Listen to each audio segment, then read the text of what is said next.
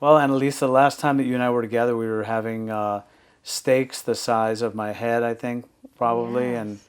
it's great to see you, and I'm so excited for you and Delima Counseling Group. And you've built a really cool team of people here and really, really talented clinicians.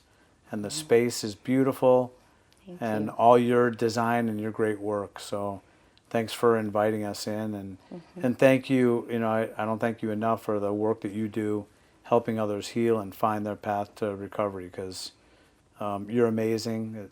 I've known that as long as I've known you, and everybody that knows you says that about you and the work that you do. Thank you. So thanks for this opportunity.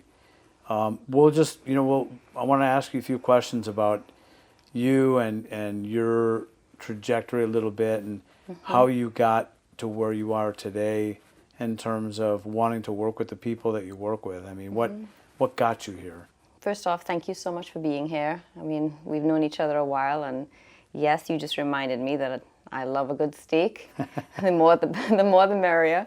So, and you've met me at a certain point in my journey. We've worked together, both in the same facility, and then maybe supporting each other in other opportunities to get people the help that they need.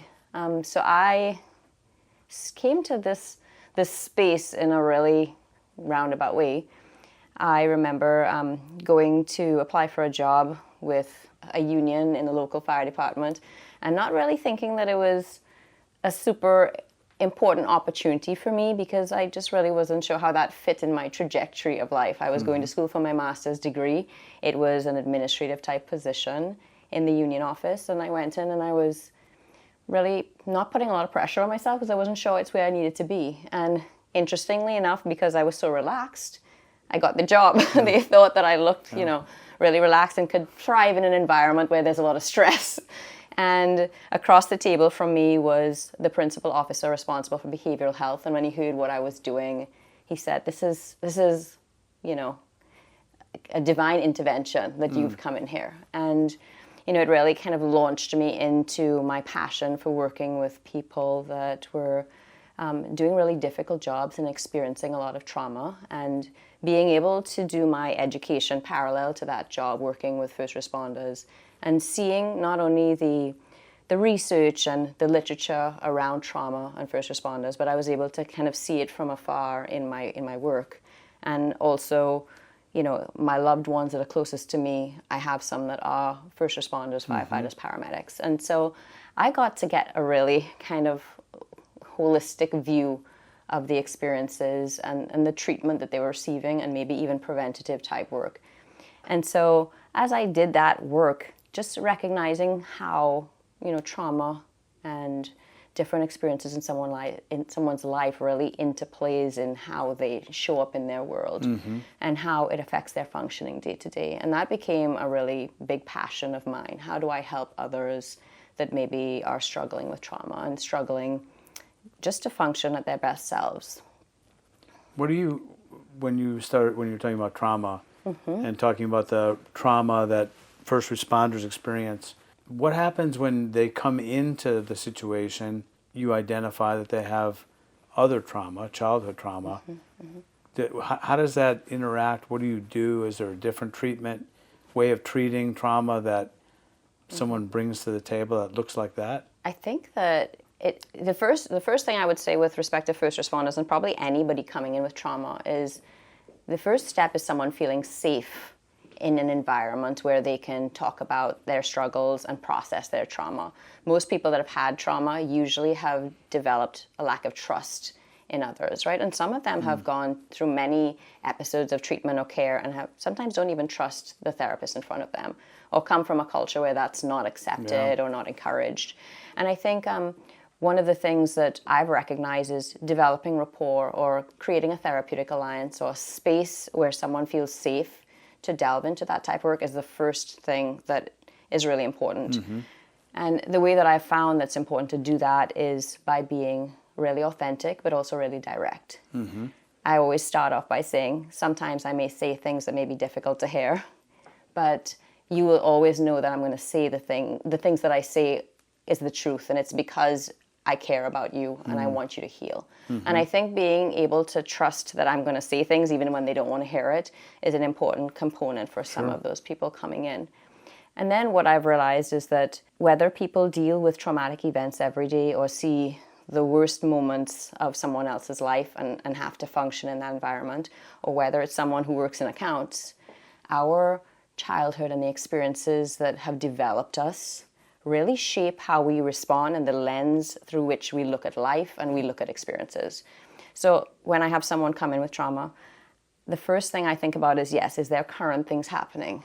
But what was our childhood like? What were the experiences and the belief systems that we started off with because of our primary caregivers? What was instilled in us that helped us become resilient to the place we are today? Or maybe how we view the trauma that we're experiencing today, and how can we use the healing of all of those experiences to feel more equipped and more resilient as we go forward in life. Can you talk about attachment? Earlier we were talking, and you were talking about attachment and upbringing and what role that has, and how do you identify someone's attachment style or the way they were raised when you're beginning therapy? Yeah, I think that a lot of times, just as I said, starting with trust and just exploring how they're functioning in their world today. And I usually can see in relationships and how people respond in relationships, it usually gives me a little clue on some of the things that may have occurred in life. And I've gotten to the point now where my gut kind of kicks in and I recognize patterns and I have a sense of maybe what may have occurred. But then I'm an evidence person, so I like to go by the evidence. So I will often then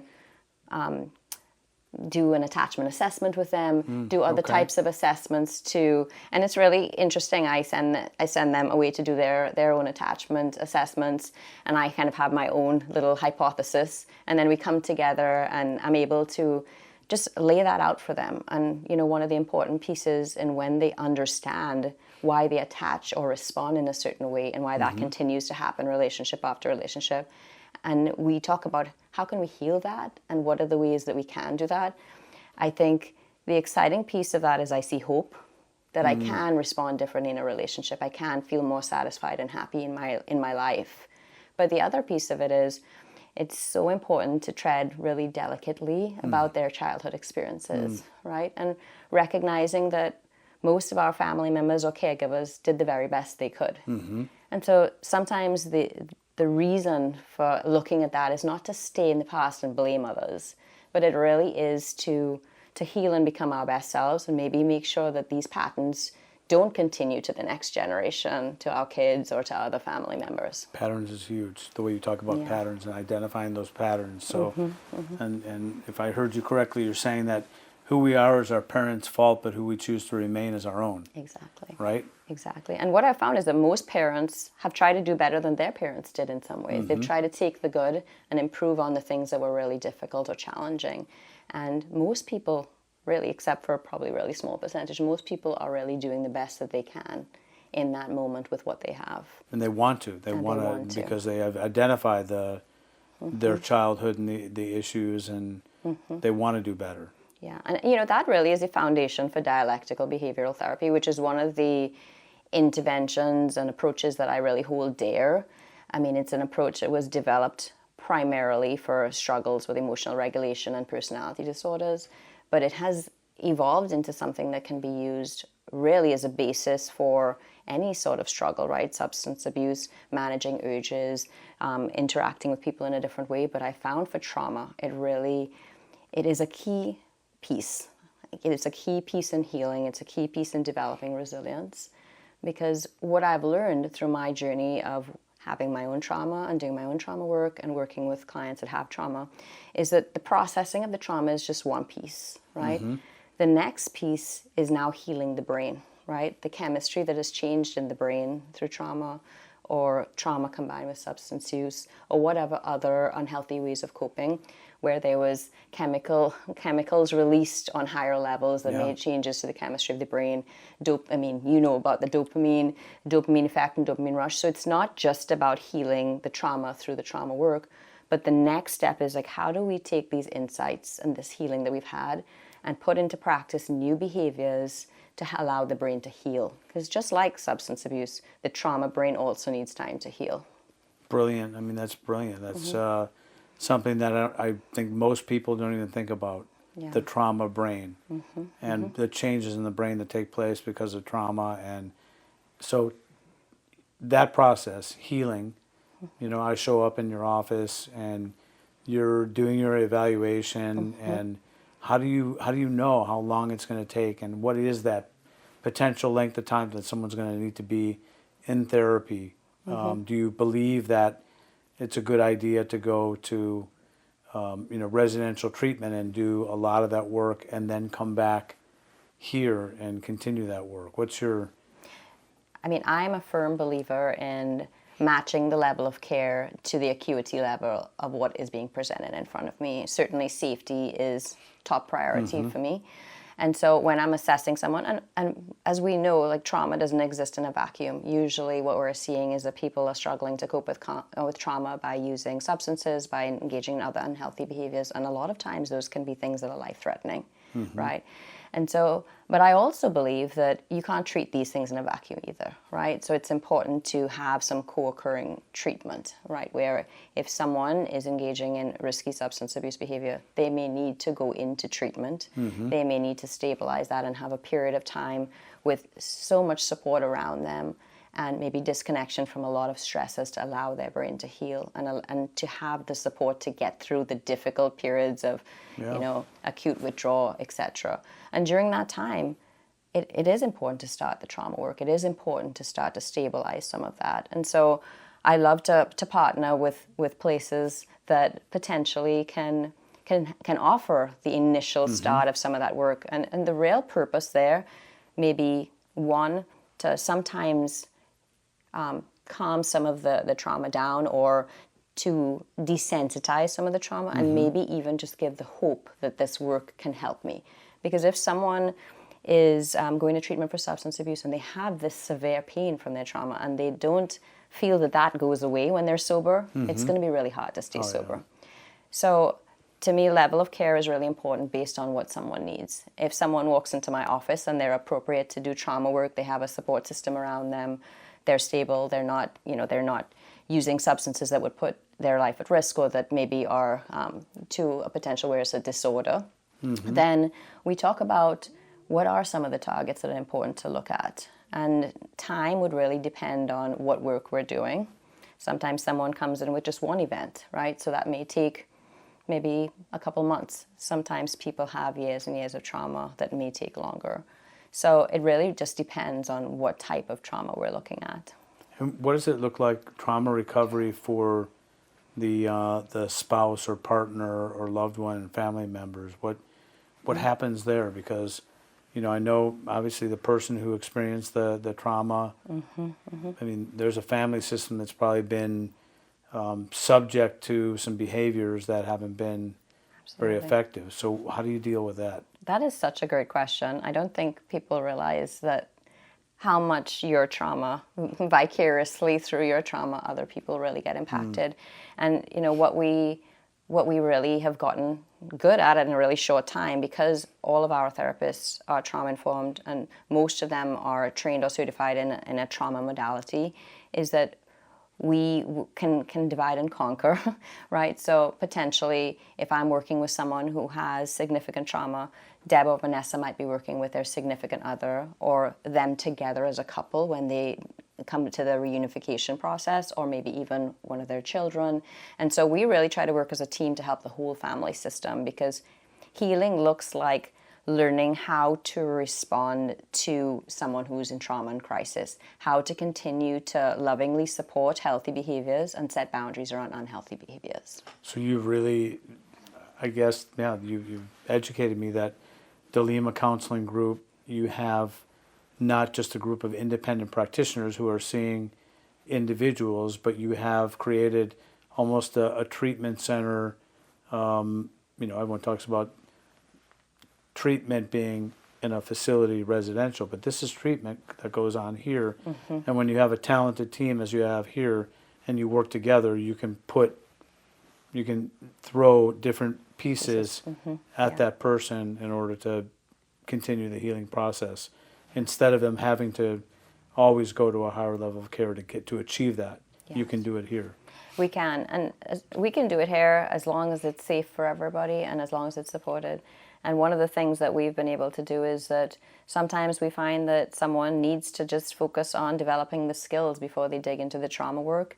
And so one of us may start off doing that, and when they're ready to do EMDR or another type of trauma protocol, then they transition along to someone else if they need to do that. Brilliant, brilliant. What's needed, this is a question from a texter that sent in a message saying, what's needed for clients to feel safe enough to heal from addiction and trauma? Where does that, what do they need to have to feel safe enough? I think there's a couple things. First off, as we know, working for many years in the substance abuse field, that having a team of people around you, or that support of, the 12-step community or the AA community. So having a community around you where you have a place to feel safe to talk about things, to discuss things, to process things is super important. But it's also really important to have a space that you feel honored and your trauma feels honored, right? A lot of times when someone invalidates your trauma, it can almost be more damaging than the trauma itself. So having a therapist that can really validate your experience and take the time that you need to get ready. I remember early on in my career being so gung-ho about doing EMDR and trauma work and really excited for that, and having clients come in and week after week, okay, we're ready to get started, and they would cancel. And then I realized over time that I was rushing them and they weren't quite there, right? And they would cancel. They weren't ready. They're not ready, yeah. They're not ready yet. And they didn't want to disappoint me. Wow.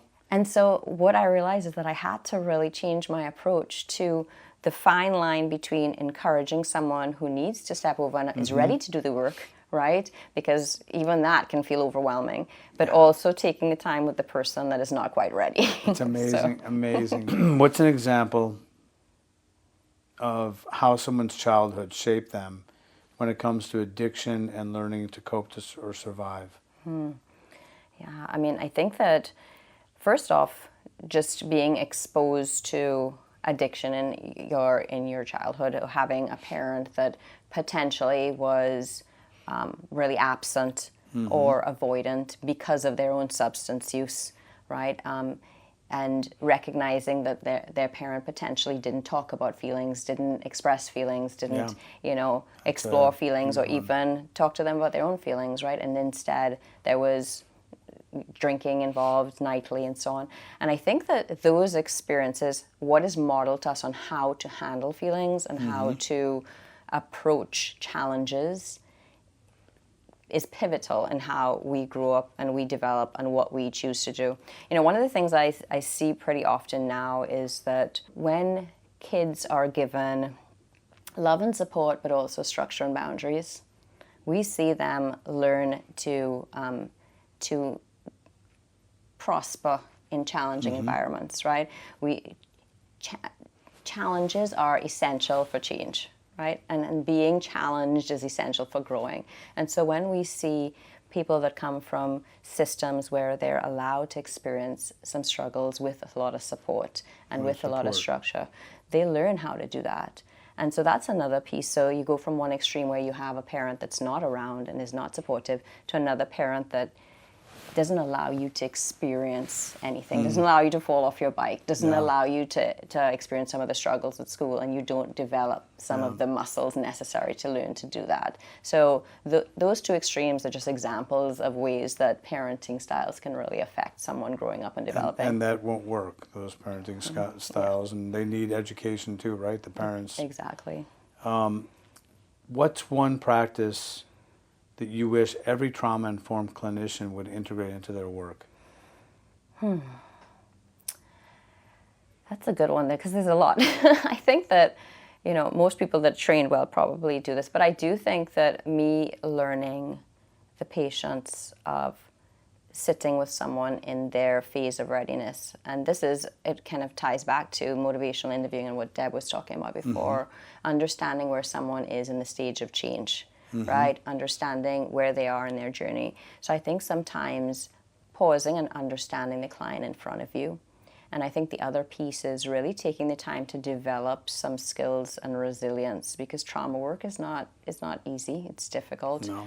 And so sometimes someone knowing that when I leave here and I've had a difficult trauma session, I know how to recenter myself. I know how to reset.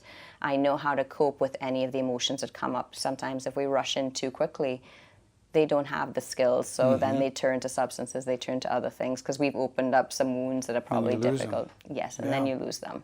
Yeah. This texter says, this is a tough one. What is the step-by-step process for healing trauma? The step-by-step process for healing trauma. I think the first step is developing rapport, as we've said, right? That is crucial. You know, if you take everything else away and you sit authentically with someone, you can help them heal their trauma, because they feel heard and they feel seen and they feel validated. So even if you take everything else away, that is the most important step. The next step to me always is developing skills. And I would say that I start with trying to assess their environment and make sure they have the skills necessary to do the work and the safety built in, right? That's an important piece. And then I go to assessment.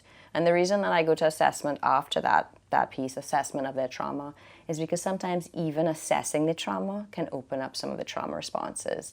And so to me, it's important first to make sure there's safety and there's skills built in. And then we go to assessing, and then together developing a plan. Because sometimes I think, oh, this is what we're going to work on, and I'm like already in my trauma lens of what I want to do, and that's not what they want to work on at all. But sometimes if I can get their buy-in through what they would like to work on, then they might agree to work on the thing that is really showing up in their life today. So that's the developing of the treatment plan, and then it's engaging in the trauma work. And then the next step after that, as I told you, that's so important, and I'm not sure everybody really recognizes that I'm done with EMDR now, I should be healed. The next step is changing the behaviors and healing the brain and making sure that you sustain in trauma recovery. That's how I like to look at it, in a recovery system. And it's often really similar to the substance abuse recovery, right? Having a lot of support, engaging in healthy behaviors, replacing unhealthy behaviors with healthier behaviors, and recognizing patterns and intervening early. When working in practice and you're busy, you see a lot of people, when and why would you want to send somebody to a treatment center in St. Croix, U.S. Virgin Islands, like Prospect Hill, that only treats 7 patients at a time? When and why would you want to do that in a place like that kind of environment? I think that, first off, at times it's important to separate someone from their system, to allow them some space for healing and some perspective. When you're thinking about substance abuse, obviously removing someone from their environment at times is really important until they can have a chance to heal and they can have a chance to develop some skills. It's just the same way for trauma at times, right? Sometimes the environments they're in continue to re-traumatize them, and it's very difficult to heal in an environment where there's active trauma triggers all the time. So I think sending someone away, first off, to a beautiful environment where there's peace and that there's nothing more healing than nature, right? Where they can be outside and they can be in an environment where it's peaceful and beautiful. And the other thing that I've experienced is that when people have significant trauma, sometimes too much stimulation early on, right, can be very difficult. And even in early recovery too from substance abuse, having smaller programs where they get more one-on-one process, they have more one-on-one support in a quieter type system can be really helpful. And so I've had recently a couple clients that have felt, in my gut, I know that they probably need more. And so now it's the developing the rapport and the MI to get to a place where they trust me enough to recognize that what I'm recommending is in their best interest, right? Because them staying with me is not at this point. But having the opportunity to swim with a pot of dolphins in the... Absolutely. And if, potentially I need to check on them, I might need to fly down. No, I have good boundaries. I wouldn't do that. No, you would need to. I mean, it's always a good idea as well. Last question. How do you help a client who's still struggling with blaming someone else for their circumstances? Yeah. I'm sure you see that a lot I do in see that a lot. First responder world and just in general with your... Yeah. there's a couple circumstances where I see that, a couple types of presentations. One, it's because someone has had such severe trauma that they really don't trust anyone anymore. And so it feels like they've been let down by everybody. And so it's really hard to feel that they can trust. And so that's a unique circumstance, which is really, often complex trauma. And so that presentation requires trauma protocols, a lot of skills, long-term type work, and sometimes periods of time allowing them to have a break from the deep trauma work. Sometimes you also see that happening too, where there may be more of a personality type, disorder type presentation. And oftentimes it's difficult because many personalities may develop or be potentiated because of trauma, right?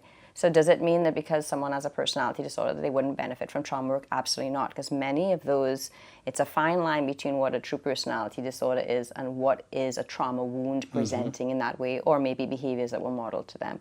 So often it takes a lot of assessment, developing trust, and maybe even some trauma work to see that this is not actually trauma, this is something more pervasive, and now I'm going to go to skills instead. Now I'm going to really work on how to operate within their own belief systems and value systems that they have for themselves. That answer right there is exactly why you are who you are and so well loved and respected. I mean, that's you nailed that. I mean, I believe that in my heart of hearts. Yeah. Thank you for doing this and having the opportunity to sit down with you, and congratulations again on the Lima Counseling Group and your team, and just being you, Dr. DeLima. Thank you so much, Terry. This was fun as always. You're the best.